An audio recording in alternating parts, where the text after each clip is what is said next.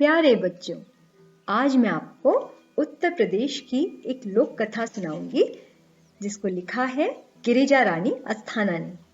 इसका शीर्षक है टिप टिपवा। एक थी बुढ़िया, उसका एक पोता था। पोता रोज रात में सोने से पहले दादी से कहानी सुनता। दादी रोज उसे तरह तरह की कहानियां सुनाती। एक दिन मूसलाधार बारिश हुई। ऐसी बारिश पहले कभी नहीं हुई थी। सारा गांव बारिश से परेशान था। बुढ़िया की झोपड़ी में पानी जगह जगह से टपक रहा था। Tip tip tip tip. इस बात से बेखबर पोता दादी की गोद में लेटा कहानी सुनने के लिए मचल रहा था। बुढ़िया खींच कर बोली, अरे बचवा का कहानी सुनाए, ये टिप टिपवा से जान बचे तब ना। पोता उठकर बैठ गया। उसने पूछा, दादी ये टिप टिपवा कौन है? टिप टिपवा क्या शेर बाघ से भी बड़ा होता है? दादी छत से टपकते हुए पानी की तरफ देखकर बोली, हाँ बचवा, न शेरवा के डर न बघवा के डर, डर तो डर टिप टिपवा के डर। संयोग से मुसीबत का मारा एक बाघ बारिश से बचने के लिए झोपड़ी के पीछे बैठा था। बेचारा बाघ बारिश से घबराया हुआ था। बुढ़िया की बात सुनते ही वह और डर गया। अब यह टिप टिपवा कौन सी बला है? जरूर यह कोई बड़ा जानवर है, तभी तो बुढ़िया शेर बाघ से ज्यादा टिप टिपवा से डरती है। इससे पहले कि बाहर आकर वह मुझ पर हमला करे, मुझे ही यहां से भाग जाना चाहिए। और ऐसा कहते हुए बाघ सोच रहा था और झटपट वहां से दुम दबाकर भाग गया। उसी गांव में एक धोबी रहता था। वह भी बारिश से बहुत परेशान था। आज सुबह से उसका गधा गायब था। सारा दिन वह बारिश में भीगता रहा और जगह जगह गड्ढे को ढूंढता रहा, लेकिन वह कहीं भी नहीं मिला।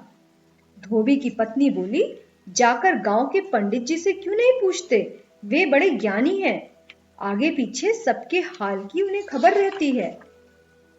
पत्नी की बात धोबी को जच गई। अपना मोटा लठ उठाकर वह पंडित जी के घर की तरफ चल पड़ा। उसने देखा कि पंडित जी घर में जमा बारिश का पानी उलीच उलीच कर फेंक रहे थे। धोबी ने बेसब्री से पूछा, महाराज, मेरा गधा सुबह से नहीं मिल रहा है, जरा पोथी बाजकर बताइए तो वह कहाँ है? सुबह से पानी उलीचते उलीचते पंडित जी थक गए थे और धोबी की बात सुनी तो झुंझला पड़े और बोले, मेरी पोथी में तेरे गधे का पता ठिकाना लिखा है क्या, जो आ गया पूछने? अरे जाकर ढूंढ उसे किसी गढ़ई पोखरे में। और पंडित जी लगे फिर पानी उलीचने। धोबी वहां से चल दिया। चलते चलते वह एक तालाब के पास पहुंचा। तालाब के किनारे ऊंची ऊंची घास उग रही थी। धोबी घास में गधे को ढूंढने लगा। किस्मत का बेचारा बाघ टिप टिपवा के डर से वहीं घास में छिपा बैठा था। धोबी को लगा कि बाघ ही उसका गधा है। उसने आओ देखा न ताव और लगा बाघ पर मोटा लठ बरसाने। बेचारा बाघ इस अचानक हमले से एकदम घबरा गया।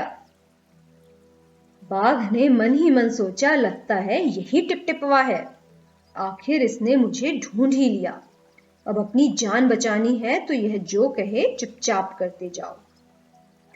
आज तूने बहुत परेशान किया है, मार मार कर मैं तेरा कचूमर निकाल दूंगा। ऐसा कहकर धोबी ने बाघ का कान पकड़ा और उसे खींचता हुआ घर की तरफ चल दिया। बाघ भी बिना चूं चपड़ किए हुए भीगी बिल्ली बना धोबी के पीछे पीछे चल दिया। घर पहुंचकर धोबी ने बाघ को खूंटे से बांध दिया और सो गया। सुबह जब गांव वालों ने धोबी के घर के बाहर खूंटे से एक बाघ को बंधे देखा तो उनकी आंखें खुली की खुली रह गईं। तो बच्चों, ये थी कहानी टिप टिपवा। तो देखा आपने कि कैसे एक बाघ भी डर के मारे एक रस्सी से बंध के रह गया।